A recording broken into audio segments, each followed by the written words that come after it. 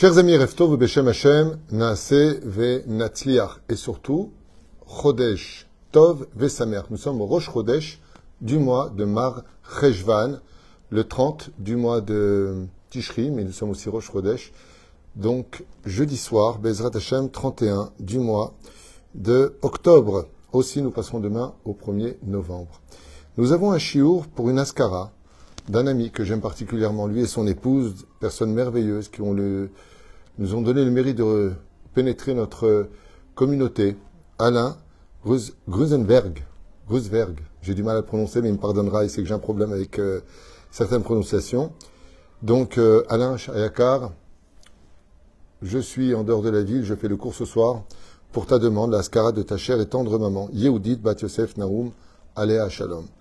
Et tu rapportes d'elle que c'était une maman exemplaire qui était toujours tournée vers le chesed et les mitzvot. Et on le voit, le fruit ne tombe pas loin de l'arbre. Avec la grandeur d'âme que vous avez, c'est évident que cette maman est une grande femme. Elle fut pour leur papa une épouse merveilleuse pendant 56 ans de mariage. Pour lui, pour son frère, d'ailleurs, une maman aimante qui leur a transmis les valeurs de la Torah, Baruch Hashem, que Akadosh Baruch Hu, sur cette même occasion, envoie un zivug agoun pour sa fille et son fils, ainsi que pour tous les célibataires qui cherchent leur mazal. Voilà des demandes qui englobent beaucoup de prières, beaucoup de larmes versées. C'est vrai que c'est pas évident aujourd'hui de trouver son zivug, c'est pas évident aujourd'hui de rester marié. Ou mieux encore, ce n'est pas évident aujourd'hui de s'épanouir dans son mariage. D'où l'importance de regarder la série de cours que j'ai fait sur les Shlom Bait, qui vous aideront grandement, je vous l'affirme. En tout cas, on commence tout de suite notre shiur, en espérant que mon ami Alain et son épouse Bezrat Hashem profiteront de cette étude sur le Zohar HaKadosh. Alors comme il s'agissait de sa maman, j'ai pris du Zohar pour faire mon talam de sa maman. Il n'y a pas mieux qu'une étude de Zohar, quoique toutes les études soient valables. À propos d'une grande question, Noach lo Igen Alador. Alors nous sommes avec une grande question à propos de l'époque de Noach.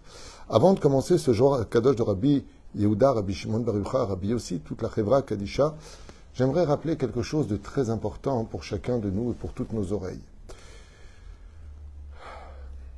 La Gemara dans Sota nous dit que la dernière génération sera empreinte d'une chutzpah yisgeh. Vous savez c'est quoi une chutzpah yisgeh? C'est-à-dire un culot qui dépasse toutes les frontières. Et c'est vrai qu'on vit ça aujourd'hui. Mais il y a deux façons de comprendre la chutzpah. On pourra constater que par exemple dans la Mishnah on nous dit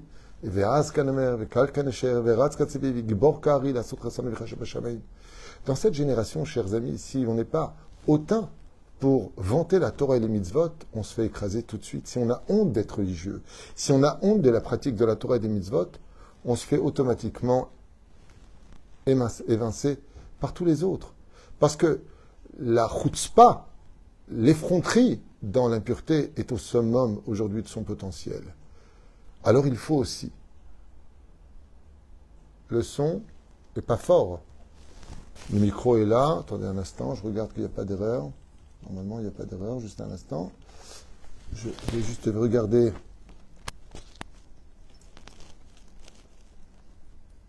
C'est peut-être votre appareil qui a un problème, parce que... Attendez un instant. Non. Moi, je ne peux pas faire mieux que ça. Tout est branché. Je ne sais pas. En tout cas, vérifiez aussi vos appareils. Ce n'est pas forcément le micro chez moi qui a un problème.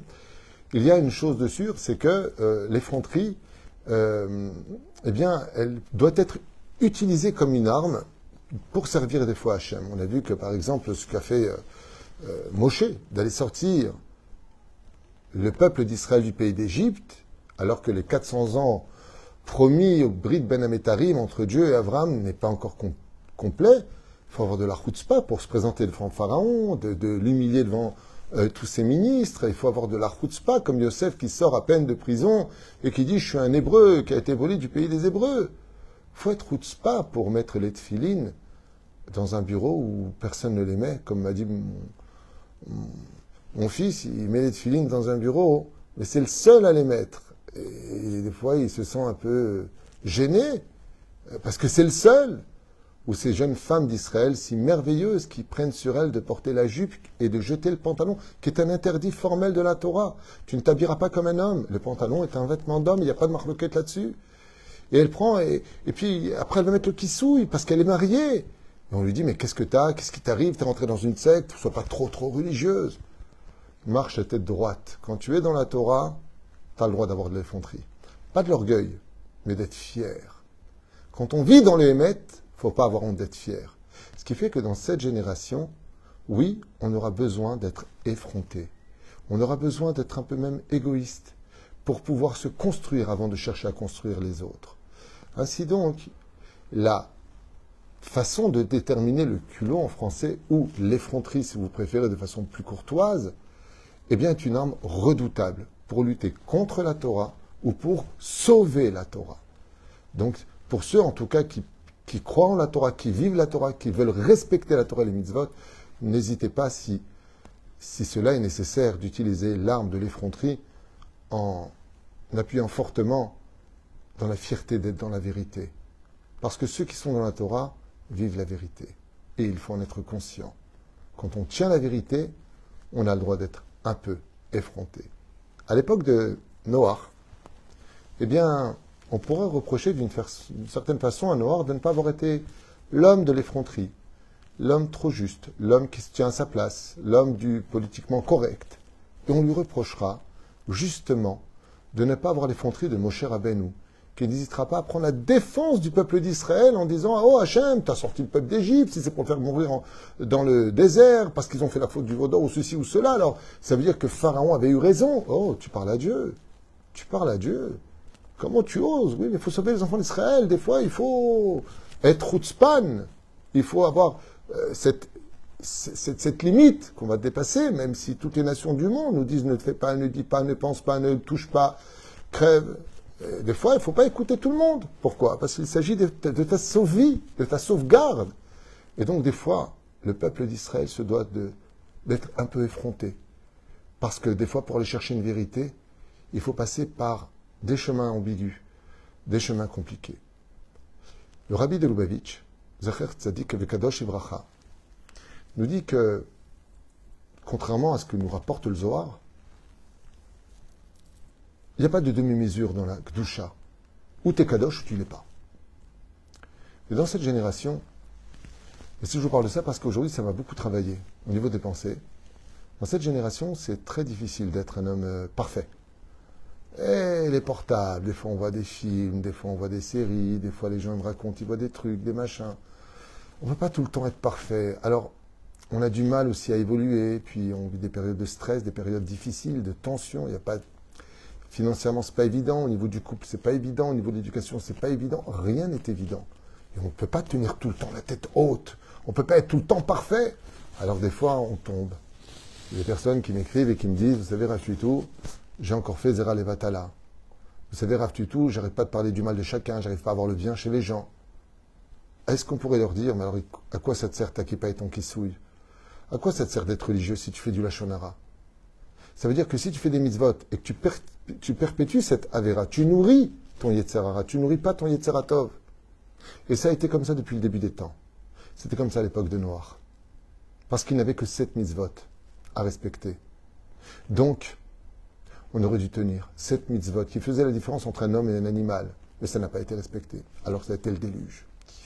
Et puis pendant toutes les époques, avec Moshe, avec Elionavi, jusqu'à quand vous allez jouer sur les deux plateaux? Vous êtes avec Baal Peor, la Vodazara, vous êtes avec Dieu. Décidez, vous êtes avec Dieu, avec la Vodazara. Vous êtes des Datiloni. Décidez. Votre camp, il est où? Vous êtes dans la Gdusha, dans la sainteté ou dans l'impureté?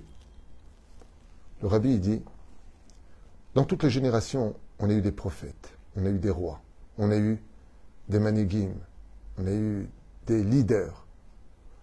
Le rabbi écrit qu'à la fin de la dernière génération, la nôtre, il n'y aura plus de leader. Zéou. Il n'y aura plus cette possibilité, et on peut le constater aujourd'hui, on a le souvenir de Rabbeinu, du rabbi lui-même, le Gimel Tammuz, le Gimel Cheshvan, c'est l'oula d'un des plus grands maîtres du judaïsme contemporain, le Rav Zecher Tzadik Kadosh Ivracha Ramaran, Rav Ovadia Yosef, le Rav Ovadia Yosef, Kodesh Kodashim. C'est extraordinaire. En quelques jours, le Rav Ovadia Yosef. Mais malgré tout, Ils sont là par leur enseignement et leur esprit, mais ils ne sont plus là pour nous guider. Tachles. Leur enseignement est là. Alors le rabbi, il dit, même si dans cette génération, tu n'arrives pas à te relever, tu arrives à faire la moitié dans la Gdusha, l'autre moitié, tu n'y arrives pas. Ne te décourage pas. Parce que tes mitzvot, si tu demandes au Créateur du monde de t'aider à quitter les 50% d'impureté qui sont en toi, accroche-toi à cette petite corde qui t'élèvera au-dessus de cette boue. Ce qui fait que même si aujourd'hui, tu n'arrives pas à être à 100%, tu pries, mais tu n'arrives pas à te lever à la prière. Tu viens à la synagogue, mais tu parles. Tu es à la synagogue, mais tu vois encore des films. Tu vas à peu importe ce que tu fais. Chacun choisira les exemples de sa propre vie. C'est pas grave. Ça veut dire quoi, c'est pas grave? Bien sûr que c'est grave. Mais c'est pas grave, ne te décourage pas. Parce que le peu de mitzvot que tu fais, c'est une lumière si puissante dans cette génération si sombre qu'elle t'aidera à montrer malgré tout encore un palier vers la Gdusha jusqu'à ce que tu deviennes 100% un homme de Dieu, un homme pieux, un homme bon, un homme généreux, un homme pour son peuple et pour son Créateur. Zéperouche Davar, pour lequel je voulais partager ça avec nous. Maintenant, nous rentrons dans le Zohar Akadosh avec cet enseignement. Abraham al Sodom et Gomor. On a vu Abraham prier pour Sodome et Gomor. Yitzhak, on l'a vu prier pour Esav, et la Torah nous confirme qu'il l'aime. On a vu Yosef qui a prié pour ses frères. Ne vous inquiétez pas, je serai là pour vous. Moshe sur la génération du désert. Noach, Lo, Hogen, Alador. Noach, Lo, Igen, exactement, Alador. Et on reproche à Noach, comme vous le savez tous, de ne pas avoir prié pour sa génération, d'avoir fait des remontrances à sa génération. Kol echad mi'itanu Murchar la Hagen ou la Visrout à l'Ador chez Chaïbo. Les Chazal nous disent quelque chose qu'on doit tous entendre. Homme, comme femme, comme enfant, comme vieillard, dans chaque génération, chaque juif a la possibilité, et peu importe son niveau spirituel, de prier pour sa génération. Juste une phrase, un mot, un télim, une pensée positive, que Dieu apporte la Géoula pour tout le peuple d'Israël, qu'on se bénisse tous les uns les autres. Vous savez, tout à l'heure, j'ai eu une discussion avec mon épouse à propos d'une certaine famille, bien sûr, sans faire la shonara, les Shem Toilet. Et ma femme m'a dit, mais c'est quand même vrai, parce que il n'y en a pas un d'eux qui a de la chance. Il n'y en a pas un d'eux, ils n'ont pas d'argent, toujours des problèmes de santé, toujours des problèmes de ceci et de cela. Et je lui dis, mais excuse-moi, mais je suis un peu au courant de ce que dit cette famille que je connais plus ou moins, pas plus que ça. Mais les femmes maudissent les maris, les mères maudissent leurs enfants, les enfants maudissent leurs femmes. Il ne peut pas y avoir de la réussite quand chacun maudit l'autre toute la journée. Espérons que tu crèves, tu perds tout ton argent, tu ne mérites pas ce que tu as, reviens plus jamais, je veux divorcer de toi, notre mariage est une erreur, qu'est-ce que j'ai fait de vous apporter au monde? Tu te maudis, quoi. Vous voulez la réussite? Bénissez-vous. Vous voulez que votre mari trouve un bon travail? Bénissez-le le matin au lieu de lui prendre la tête. Ouais, il faut que tu trouves un travail, il y en a marre. Il le sait qu'il faut trouver un travail, mais il ne peut pas inventer ce qu'il n'y a pas. C'est pas évident. C'est pas évident de trouver un bon travail, un travail où tu peux continuer à long terme. Donc, au lieu de constamment être celui qui appuie sur le pu, peut-être qu'on devrait dégager un tout petit peu plus et soigner ce pu, cette situation dans laquelle on vit de façon nauséabonde. Il est très important de se bénir. Le silence, dans le cas de Noach, lui a été reproché. Noach n'a pas maudit sa génération, qui méritait, hein. Franchement, elle n'était pas classe. Mais on lui reproche de s'être tu. Pourquoi tu n'as pas pris la défense de cette génération? Pourquoi tu n'as pas prié pour eux? Et la Gemara nous dit, mais si Noach, comme le dira Rashi d'ailleurs, au nom de la Gemara, avait vécu à l'époque d'Abraham, il aurait été un homme tout à fait ordinaire. Pourquoi est-ce qu'on a besoin, nous, en 2024, d'apprendre ce genre d'enseignement? Pour nous dire que, même s'il y a des gens plus grands que nous aujourd'hui, eh bien, toi, tu es un homme ordinaire. C'est ça qu'on reproche à Noach. C'est que malgré le fait qu'il aurait été un homme ordinaire dans une autre génération, pourquoi tu n'as pas prié pour cette génération? Dieu n'attend pas de toi que tu sois le meilleur des hommes ou la meilleure des femmes pour prier pour cette génération. Chaque cœur mérite d'être entendu, si tu sais l'ouvrir. Alors voilà ce que nous apprend cette paracha de Noach. On reproche à Noach de ne pas avoir prié. Est-ce que toi tu pries?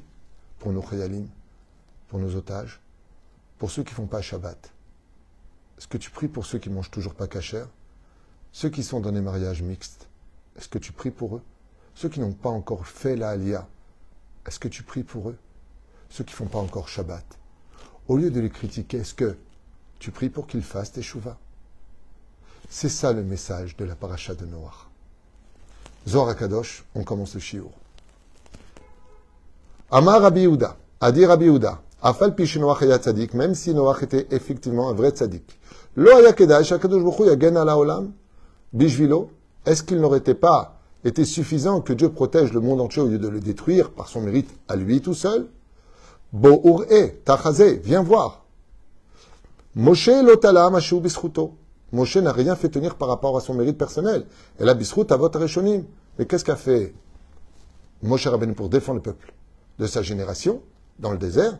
Il n'a pas dit par mon mérite à moi. Il a dit par le mérite d'Abraham, de Yitzhak et de Yaakov.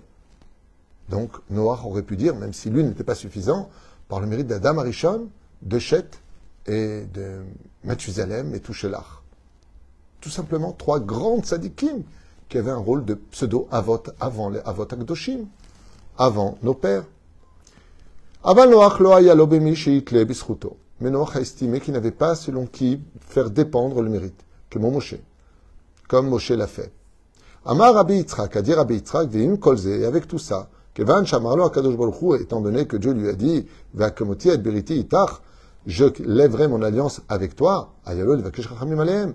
Étant donné que Dieu lui a tendu la perche en disant, je ferai une alliance avec toi, Noach, c'était une perche tendue pour que Noach prenne la défense de la génération et dise Hachem, transforme leur cœur de pierre en cœur de chair. Viens, on leur laisse un peu plus de temps. Viens, on essaie de sauver le monde. Korban sheikri vachar maboul. Et vous savez tous, dit le Zohar HaKadosh, que après être descendu de l'arche, donc plus d'une année plus tard, Noach va planter une vigne et faire un sacrifice à Dieu. Et là, le Zohar nous dit, pourquoi est-ce que maintenant tu fais un korban à Dieu alors que le monde est désolé, qu'il n'y a plus de survivants à part vous 8 qui sortez de la Teva? Erreur de Noach, nous dit le Zohar HaKadosh. Si tu avais fait un sacrifice à Dieu, ce même sacrifice que tu as fait après être sorti de l'arche, que le monde fut détruit, que l'humanité fut exterminée, peut-être que si tu avais fait un korban toda pour Dieu, ou un korban khatat pour Dieu, tu aurais fait la kapara de la génération, Noach. Comme ça nous dit le Zohar HaKadosh. Haya ulay mashkit akas mina olam, tu aurais peut-être fait taire la colère de Dieu dans le monde d'en haut. Amar Rabbi Yehuda, ma yalo le Noach la asot, qu'est-ce qu'aurait dû faire Noach? Sharer ish'e olam ayu machisim ifne akadosh baruch hu. Comment est-ce qu'il aurait pu calmer la colère divine alors que toute la génération, à part Noach, fâchait Dieu à chaque seconde de leur respiration? Oui, Yakriv Korban Alehem. Et donc le Zohar nous dit, et on peut penser qu'il aurait fait un Korban, c'est-à-dire un sacrifice, alors que tout le monde énervait Dieu, à ce moment-là. Et le Badan Noach, Ayam Fahed Alatzmo, Shelo Yasigeu, Amavet Betorish et Israël. Mais Noach a eu peur que son Korban vienne l'accuser en disant, quoi, en plus tu oses prendre leur défense alors que l'honneur de Dieu est touché? C'est vrai que la situation de Noach n'est pas simple du tout selon ce qu'on étudie. Et donc il dit, la badaï Noach hayam mefached alatzmo. Noach a eu peur pour lui-même. Shelo yasigeu amavet betorish haolam, et que la mort s'abatte aussi sur lui, car Noach savait pertinemment que malgré tout, il ne méritait pas de vivre pour lui, si ce n'est que par le mérite d'Abraham qui viendra de ses entrailles par le biais de Shem. Ki haya roem haasem haraim kol hayom. Et Noach était témoin des mauvaises actions que pratiquait toute cette génération, de violence verbale, physique, de viol, de mélange d'espèces et de vulgarité sans limite. Et donc il fâchait Hachem toute la journée.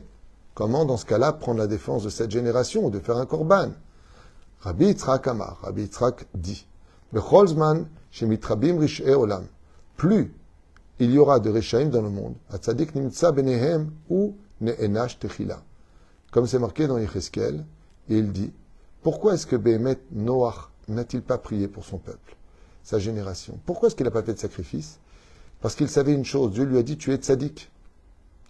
Et en général, quand dans une génération il y a de plus en plus de Rechaim, qui paye pour eux? Le Zohar nous dit, eh bien, c'est le tzaddik. À quoi ça ressemble? À quoi ça ressemble? Ça ressemble à un homme très pauvre qui s'est emprunté de l'argent à la mafia, et la mafia vient lui demander cet argent. Seulement, il est tellement pauvre qu'il n'a pas de quoi le rembourser. Mais il dit, j'ai un frère qui est très riche. La mafia, sachant qu'il n'y a plus rien à prendre de lui, va s'adresser à son frère, qui est plus grand. Et lui est très riche.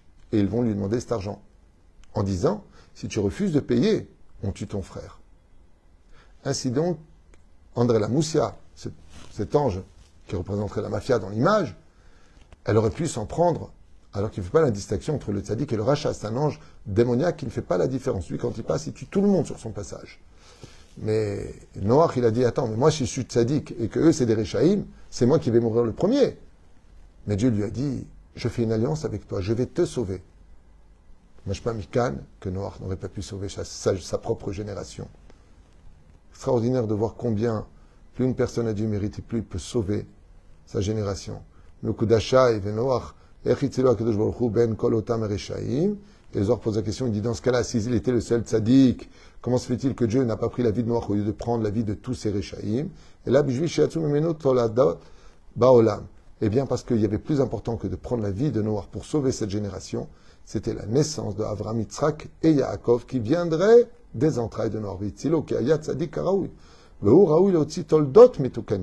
Et Noach avait le mérite d'être tzaddik au point de sortir de lui la future et extraordinaire dynastie d'Israël. Et si tu viens dire, est-ce que Noach a fait un travail vis-à-vis d'eux? Eh bien, le Zohar Kadosh nous dit que oui, Noach partait parmi les habitants de son quartier, de sa ville, du pays, et ne cessait de leur dire qu'il fallait arrêter, que ce n'était pas bien, et ainsi de suite. Mais personne ne l'écoutait, au contraire, il se moquait de lui.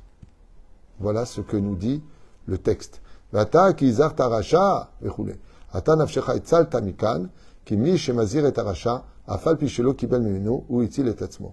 maintenant, écoutez bien la réponse du Zohar. D'où est-ce qu'on sait, nous disent les Chachamim, que Noach, malgré le fait qu'il était tzaddik, il n'a pas pu sauver sa génération?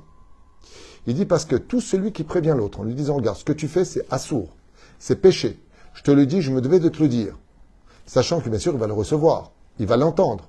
Et que cette personne lui dit, va te faire cuire un œuf, je fais ce que je veux, il est quitte. Dieu ne prendra plus sa vie à lui en tant que tzaddik, il prendra la vie du rachat. Parce qu'il l'a mis en garde. Et ainsi donc, Noach a pu sauver tout simplement sa vie. Et de là, le Zohar Kadosh nous dit, peut-être qu'il n'a pas prié pour sa génération, mais on ne pourra pas dire de lui qu'il n'a pas repris sa génération. Comme quoi qu'il y a des marlocotes dans nos commentateurs sur le sujet, est-ce qu'il les aurait repris ou pas? La réponse est simple. Il y en a qui disent que oui, il a fait des remontrances, il y en a qui disent non, il n'a pas fait de remontrances. Qu'est-ce que ça veut dire? C'est ça les remontrances que tu as fait? On reproche à Noach de ne pas avoir fait de remontrances beaucoup plus hautaines. Il a été trop diplomate. Vous savez, il me semble que ce que vous faites, c'est pas vraiment bien. Non, mais il est face à la réalité. N'aie pas peur de taper sur la table. Quand il s'agit de l'honneur de Dieu, c'est le seul moment où on a le droit de sortir un peu des limites. Quand il s'agit de l'honneur de Dieu, pas ton honneur personnel. Vezema shekotev Zohar Kadosh. Mikan, de là. Kol mi shemazir et aracha, tout celui qui met en garde le rachat. Afal pichelo kibel mimeno, même si le rachat n'accepte pas de lui sa remontrance, ou itzil et atzmo, eh bien, il se sera rendu quitte de sa mitzvah de Ochiach Tochiach Tamitecha, de reprendre son prochain. Auto rachat nit pas becheto, et donc le rachat est attrapé dans sa propre faute, sans que plus personne ne puisse le raisonner. Et on dit jusqu'à où une personne doit-elle reprendre son prochain, jusqu'à ce que l'autre en arrive, regardez de quoi est-ce qu'on parle, jusqu'à ce que l'autre en arrive à le frapper en lui disant « stop, ça suffit ». Vous savez, ça me rappelle cette fameuse histoire que j'avais racontée il y a 12 ans ou 13 ans, d'un très grand ami Trachem qui s'appelle Rav Chaim Pirzon, qui était Rosh Kollel chez nous, et extraordinaire tête. Quand je vous dis c'est un tzaddik, c'est un tzaddik. Vraiment. Atani Tracham Atsum, Rabbi Chaim Pirzon, je me rechoto. J'ai eu le mérite d'étudier Chavut avec lui pendant quelques années à Jérusalem. Et un jour, je lui ai posé la question, écoutez bien cette histoire, parce qu'elle est très révélatrice. Je lui ai posé la question, quel mérite tu as eu pour être un si grand en Torah? Tu as fait une teshuva, c'est phénoménal. Tu es un des plus grands que je connaisse en études. Tu as un cerveau hyper aiguisé. qu'est-ce que tu as eu comme mérite pour faire ça? Il m'a dit, je sais pas, c'est une question qu'il faut poser à mon père. Alors j'ai été voir son père. Et quand j'ai été voir son père, je lui ai dit, qu'est-ce que vous avez fait dans votre vie pour avoir le mérite d'avoir un tel fils? Il m'a dit rien. Je lui ai dit, cherchez bien. Il m'a dit, je vais te raconter une histoire. Quand j'étais soldat à l'armée, à la guerre des 6 jours, en 1967, on s'est fait attaquer par tous les pays. Ça tirait de partout. Tout le pays était encerclé, à l'intérieur. Et j'étais avec un copain qui a sorti une pomme, parce qu'on n'avait même pas de quoi manger. Et il a mis directement dans sa bouche, et à ce moment-là, je lui ai pris sa main, je lui ai dit, hey, t'as pas fait la bracha? Il m'a regardé comme ça, style, fais attention, ne me touche pas. Je fais ce que je veux, t'as pas à me dire ce que je dois faire. C'est lui qui me raconte. Il vient pour mettre dans sa bouche, et je reprends sa main, il me raconte. Je lui mets ma main devant sa pomme pour pas qu'il la croque. Je lui dis, mes frères, fais la bracha, tu peux pas manger une pomme, on est en guerre, t'as pas peur de Dieu, qu'est-ce qui t'arrive? Il m'a demandé de retirer une dernière fois sa main. Il rapproche la pomme, parce qu'il était vraiment affamé, et à ce moment-là, je me mets accroupi, je t'en supplie, je lui prends avec mes 2 mains son poignet, pour pas qu'il croque la pomme, je l'empêche de croquer la pomme, il me fait une bracha. Et en guise de réponse, il a laissé tomber la pomme dans son autre main et m'a envoyé une gifle qui m'a tourné la tête. Je pensais que j'avais pris une bombe sur la tête, de toutes ses forces. La pomme est tombée. Je l'ai ramassée et je lui ai dit, je t'en supplie, fais la bracha. Il m'a dit quoi? Avec tout ce qu'on vient de passer, tu es encore prêt à prendre une autre gifle? Il lui a dit, j'en prendrai autant qu'il faut, mais je t'en prie, fais la bracha sur la pomme. Il lui a donné son béret, il lui a mis sur la tête, et l'autre, il a dit, alors qu'est-ce que je dois dire? Il lui a dit, Baruch ata Hashem Elokeinu melech haolam borei haaretz. Il a répondu, Amen. Je lui ai dit, cette histoire que vous venez de me raconter, je comprends pourquoi vous avez un fils si grand en Torah. D'avoir pris une gifle pour demander à l'autre de faire une bracha en temps de guerre, tellement ça vous tenait à cœur. Et le père de Rabbi Chaim Perzon, il me dit, mais il ne peut pas manger sans faire de bracha, c'est assourd, c'est un homme simple. Mais il a fait une remontrance qui lui a donné un fils qui vaut beaucoup de lumière. C'est ça qu'on reprochait à Noach. Et c'est ça qu'on nous reprochera un jour. Est-ce que les remontrances qu'on a faites étaient vraiment à la hauteur de ce qui aurait pu changer les choses? Alors vous inquiétez pas, aujourd'hui, je vous le dis ouvertement, les remontrances ne marchent plus. Elles sont même détestées. Donc ça ne sert à rien de les faire puisqu'ils vont te haïr encore plus. Mais la plus belle des remontrances, c'est l'exemple à suivre. Devenez des exemples. Si vous êtes dans la Torah, alors soyez remplis d'émouna, de sourire, d'espoir, qu'on a envie de vous ressembler. Je pense que c'est le plus bel exemple aujourd'hui à suivre, que la plus belle des remontrances, c'est de montrer que quand on est dans la Torah, on est toujours heureux. Kol Tuv, Shabbat Shalom, Chodesh Tov et Sameach, Yeshuot Venechamot. Merci à notre ami Alain et son épouse. Que Dieu bénisse toute sa famille, Be'ezrat Hashem. Shiur pour l'élévation de sa maman merveilleuse, Yehudit Bat Yosef Naoum. Pour Hashem, Tenachena Began Eden. Et un beau mariage pour toute leur descendance. Et tous les notes ou Bnei Israël. Kol Tuv et Leitraot. Shiur à partager parce qu'il est tellement d'actualité.